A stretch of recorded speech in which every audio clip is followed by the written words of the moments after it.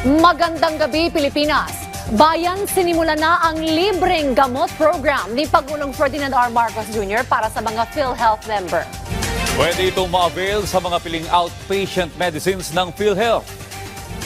Hanggang 20,000 pisong halaga ng libreng gamot ang pwedeng makuha taon-taon. Yan ang ulat ni Bien Manalo. Epektibo na ngayong araw ang mas pinalawak na PhilHealth Guaranteed and Accessible Medications for Outpatient Treatment o PhilHealth Gamot. Maaari nang makapag-avail ang mga miyembro na aabot sa 75 outpatient medicines sa mga accredited gamot facility na may annual benefit limit na 20,000 piso. Kasama rito ang mga gamot para sa impeksyon, asthma at chronic obstructive pulmonary disease o COPD, diabetes, high cholesterol, high blood pressure at sakit sa puso at nervous system disorders. Kasama na rin ang supportive therapies. Ilan sa mga accredited gamot facility ay VidaCure, Generica Drugstore, CGD Medical Depot Incorporated at Chinese General Hospital. Una nang inilunsad ang PhilHealth Gamot noong 2023 pero sa ilang probinsya pa lang. Paalala naman ng PhilHealth sa mga miyembro nito na panatilihing updated ang kanilang record para sa mas mabilis na transaksyon sa pag-avail ng benepisyo. In spite of us not having an additional subsidies, palawigin pa at palawakin ang benepisyo.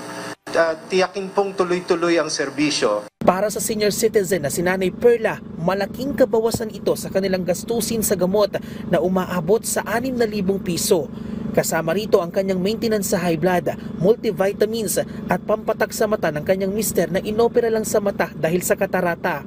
Nagpapasalamat siya sa PhilHealth dahil wala silang binayaran sa operasyon ng kanyang mister na posible raw sanang umabot sa 50,000 piso.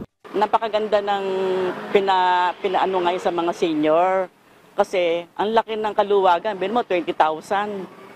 Makakameno sa amin, makakatulong ng malaki. Magpapasalamat ako sa PhilHealth na bibigyan kami ng tulong para sa mga senior citizen. Yun lang po, salamat po sa PhilHealth. Kinakailangan munang magparehistro ng mga benepisyaryo sa PhilHealth Yakap Clinic na malapit sa kanilang lugar para ma-avail ang PhilHealth gamot.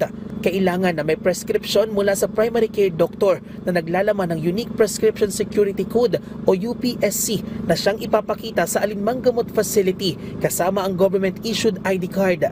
Ayon sa PhilHealth, 24 na iba pang facilities sa National Capital Region o NCR ang nagpasa na rin ng kanilang letter of intent para sumali sa naturang programa. Bien Manalo para sa Pambansang TV sa Bagong Pilipinas.